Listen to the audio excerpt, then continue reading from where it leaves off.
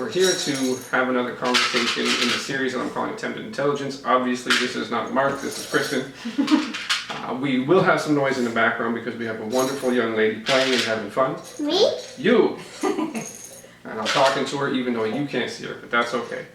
So one of the central things that we seem to be doing with this Are you series... talking to me? Not right now, kiddo. One of the things that we seem to be having, or setting this up as, is a conversation around a topic. Even a water and a sink if you want some water. Okay, kiddo. So, the central topic here today, and I'm freely going to admit that if Isabel talks to me, I am going to pay attention to her, so it may look somewhat odd to many viewers. The idea here is that we're going to talk about animal cultures. Right, so the fact that animals have identifiable cultures over time that we can observe, and one of the things that's happening is because right now we have more technology such as cameras to observe animals, we can see some of the things. So I brought this up to you. Okay, so are there any, in this kind of realm, are there any animal cultures that you... Well, it's not ours to open, so we have to ask. I can definitely help you open it. Here we go. Thank you. You're welcome. So. I put this in the garbage. Sure. I'll actually hold it. Thank you. So. And that. Are there any animal cultures that you're aware of that interest you? Elephants. Okay. How Elephants.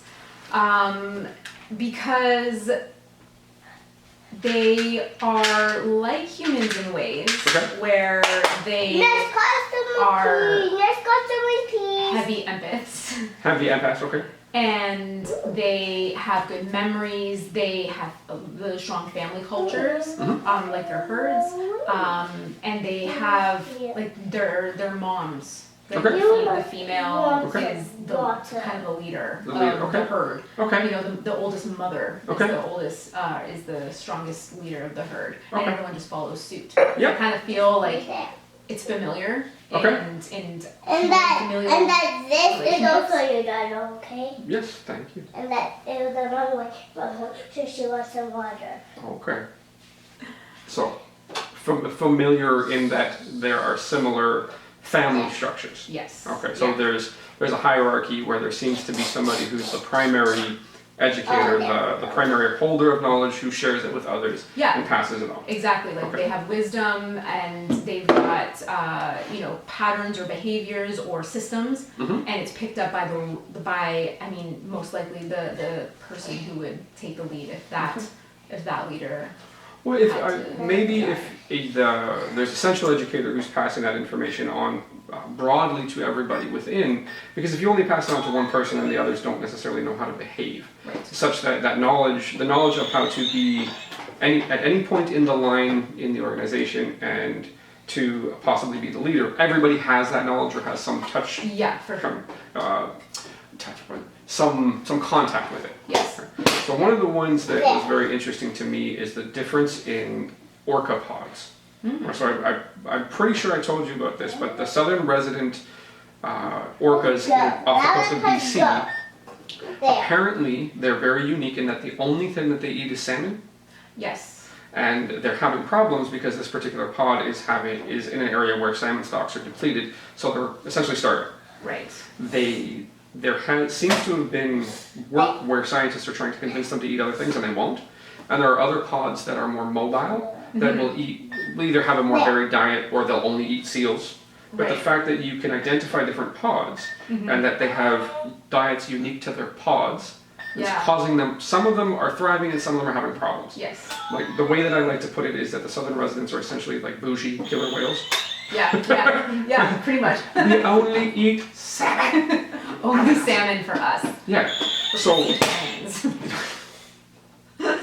And then it's possible. So this is where you anthropomorphize, right? So it's almost possible that for me. Mommy, can you help me put this on here? I can try. I don't know if that will fit. So. How about we make it like that? Now, one of the things that I appreciate about this is that this is real life. and that everybody's getting to see this. You're trying to have a conversation It won't. about something, and somebody else is important. You want it to go through here? I don't believe that's going to work because it's the wrong size. Yeah. So can we maybe find a different way to do it? Or maybe something else to put on? Do you want to go look? Okay, you go look. There you go. Little baby. Well, why Thank you. don't you take that and you can try on your own first and then ask for help if you need it. So again, the important thing here is that you're trying to have a conversation, and part of this whole series is modeling what conversations can look like. There are other considerations in everybody's life that matter. So, as I was saying, the idea of anthropomorphizing, right, where to me I look at southern residents, and then if they look at other orca pods, they're like, those dirty garbage eaters. Yeah. Yeah, exactly. Another thing that I've seen, I don't know if you've seen some of there are groups of monkeys that have been in specific locations for a very long time, where there's been cities in the same place for a very long time. Okay. And those monkeys are very good pickpockets. Yes. So not only are they good pickpockets, but they also have adapted strategies where one of them is essentially the bait and the other one is the thief. Right. Right, so it's the distractor and the thief. Yeah. There's some cities in India. I'm just gonna move that over, kiddo. You gotta be careful with that. There you go. Can you hold me up? That's garbage. That's okay. I'll take it. Don't worry about it. I'll take it. So these cities that have been in the same place for a long period of time. So like I said, there's tribes or groups of monkeys like that in some cities in India that I'm aware of, and there's also at the Strait of Gibraltar. Okay. Right. So the Strait of Gibraltar, it's fairly well known that on your way up, monkeys will rob you. Not only will they rob you, but they'll essentially look at you while they do it and wonder where the rest of it is. Now, because they've been in the same place for a very long time, the culture is essentially adapted to their surroundings. Right. Right. So I find that a fairly interesting thing. Is there anything like that you know of? Like any others like that? Where say an animal's been in a specific location, they've adapted to their surroundings with their culture? Yes. Mommy. Wow. Okay. Well, I'd say raccoons. Toronto raccoons. Yeah. Yeah. I mean, raccoons are trash pandas of the suburbs. Yeah. And they're very demanding animals these days because they know that, there's trash everywhere. Be careful, Izzy, okay, with the tripod there? There's trash everywhere. You can find it everywhere. There's so much, obviously, there's over-consuming of food, leftovers, whatever you want to call it. And they know, like, what I want it now. Okay. And I'm not going to take no for an answer. So they're essentially waiting for the specific thing to come out of its location and into the trash? Isabel, please watch out. Can you move from there? Move away from the tripod. Move over there, please. So I mean, I feel like it wouldn't surprise me if raccoons had food expectations. Like, I want a hamburger today, or I want chicken today. it's like, we're gonna go to Jimmy's spot because Jimmy's got the best leftover burgers. Exactly. Okay. I mean, squirrels are similar. I mean, squirrels know where they get food from, and they'll go back to that same place. So if a raccoon has found a certain type of food of their fancy, a certain trash can, or a certain alley, or a certain neighborhood, they'll go back to that place. Like, they probably know the families that might be the most wasteful with their food. Fair enough. So they're, again, it's an adaptation to the environment. They've changed their, we call their culture, just as a definitional opportunity. I like to call culture shared ideas and shared behaviors. And each one of us that may be in touch with varying cultures will take a certain portion of it and will leave other portions. Yes. So it's not just because you're from a place that you're going to be like everybody else from there. Yeah. But you'll take certain pieces, you'll adapt your own strategy. Exactly. Yeah. So these, the raccoons in this case, like you say, they may literally know where they're going to get a specific piece of food from, and they may be looking for it. Right. Okay. Yeah. The reason I wanted to at least use animals as an opportunity to make a point is because we can see that animals show a pattern of if they're in certain places, that one won't fit. No. So you have to look at the size of this versus the size of what you're trying to put it on. I could put it on one leg. Something smaller, much smaller. So they've been in a place, they adapt to the environment, and some of the environments are fairly stable, such as cities. Right. Right. So you see certain things. There's some, I believe there's some chimpanzee tribes that are believed to be in the Stone Age. Oh, okay. Right. So they're using stone tools. There are orangutans who have mimicked humans and apparently are able to spearfish. Oh my. Right. So Yeah. you see these really interesting things. Absolutely. That's how it fits. And because there's that environmental push, and they adapt It to doesn't fit on those people. what's available to Find them, different clothes. or at least they attempt to. Now, Yes. in saying that, I think the point that I want to consider is that humans seem to, in our general conversation, maybe on a large scale, in varying cultures, not all cultures, but we attempt to differentiate ourselves from animals and say that we're better than or we're above.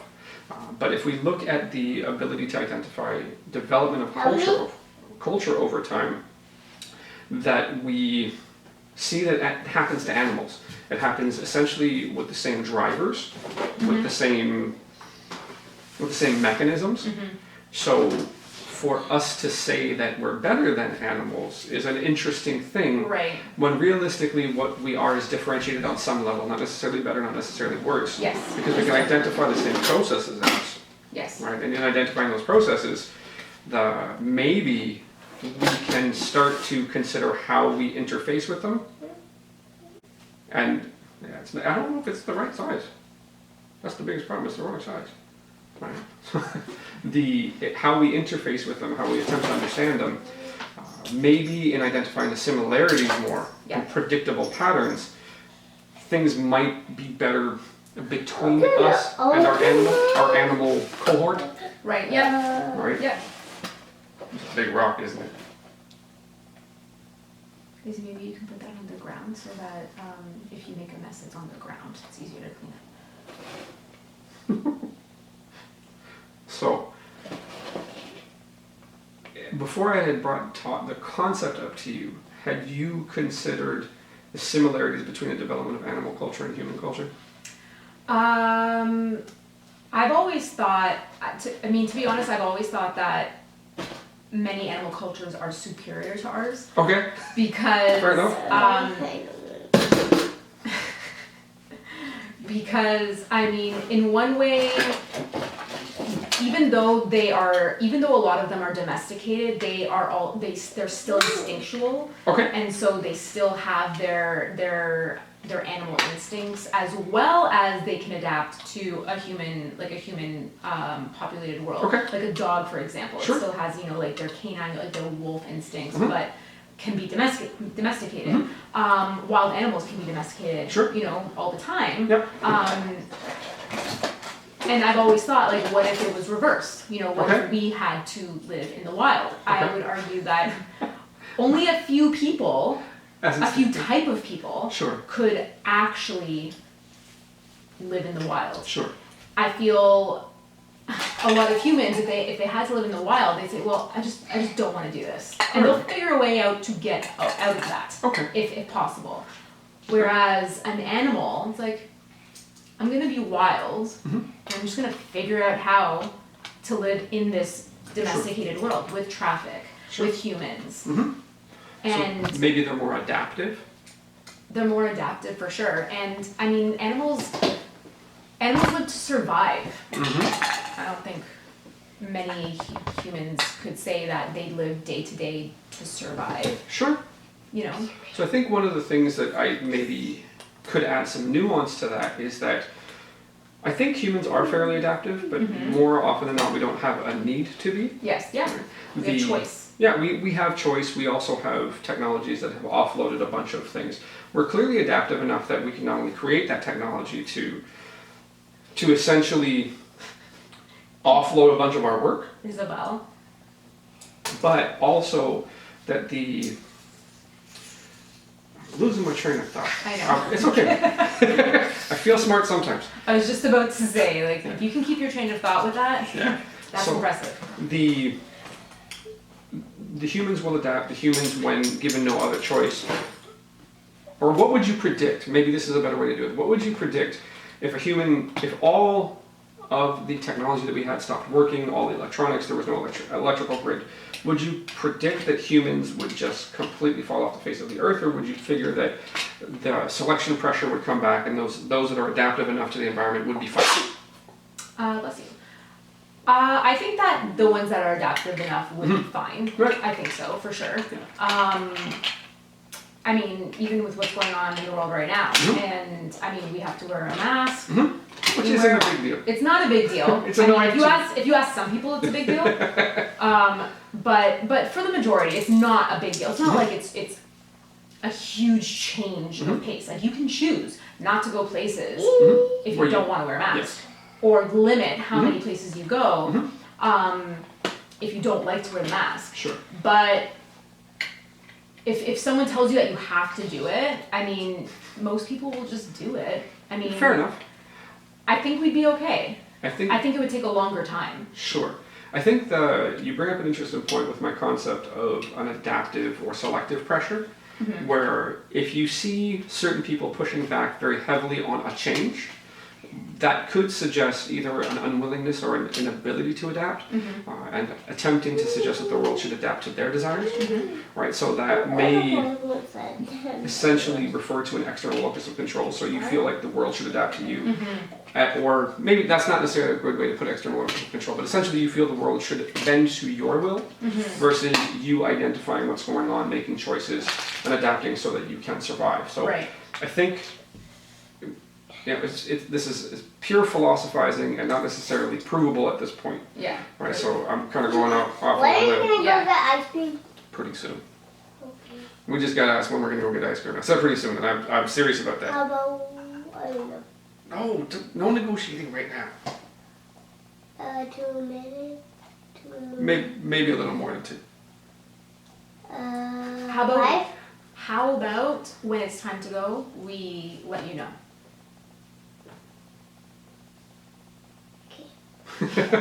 So the fact that something such as, something being Look, I twisted a selective the pressure, cone. adaptive pressure, I something twisted the cone. you can, Nice.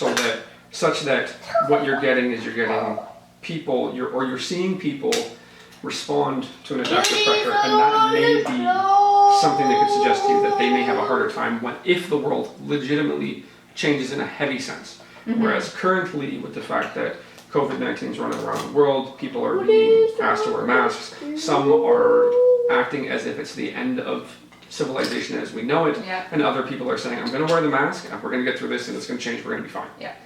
So the Under a large societal pressure, people that push back in certain ways may be showing that they're less adaptive. Beauty Yeah. salon. Okay. Yeah. So Absolutely. the beauty salon is apparently closing.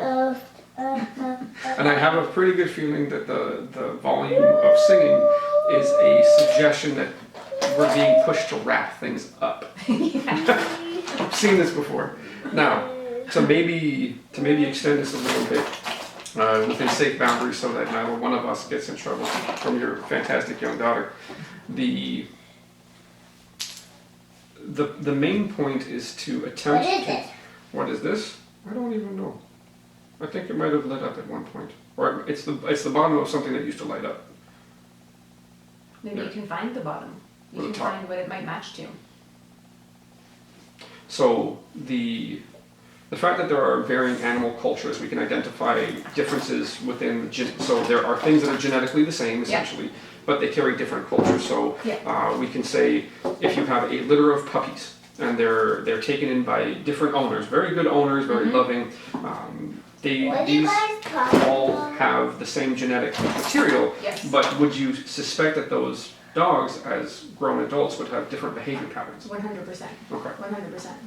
They're going to adapt to whatever family they have, how they're trained, Mhm. how how much attention they're given, what kind of attention they're given. If they're, I mean, if it's an aggressive, hostile environment versus a, you know, calm and loving environment. I mean, the nature of the dog will feed off of the nature of their environment, for sure. So to note that process, that depending on environment, the animal will adapt and behave different, and the shared ideas and shared behaviors that they have may be in relation to their environment as opposed to in relation to other animals.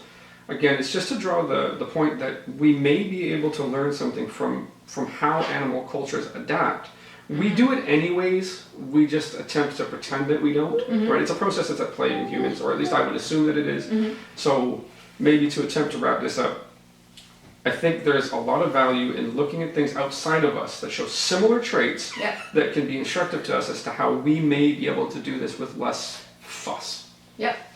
Yeah, absolutely. Fair enough. Okay. Absolutely. So, on that note, we're going to wrap this conversation up. Hopefully, this conversation has been cogent enough for those watching. Again, one of the hopes here is to model what some conversations may look like when you're trying to learn things, when you're trying to learn from other people. We bring in some concepts. And hopefully this works enough for you that you're willing to do this again. Yeah, definitely. Hopefully that doesn't feel like too much pressure when the camera's on, right? No, I'm perfectly fine saying no if I don't want to. Right, see, that's good. See, again, modeling conversations. Well, thank you very much. And hey, Isabel, you want some ice cream soon? All right, she shook her head yes.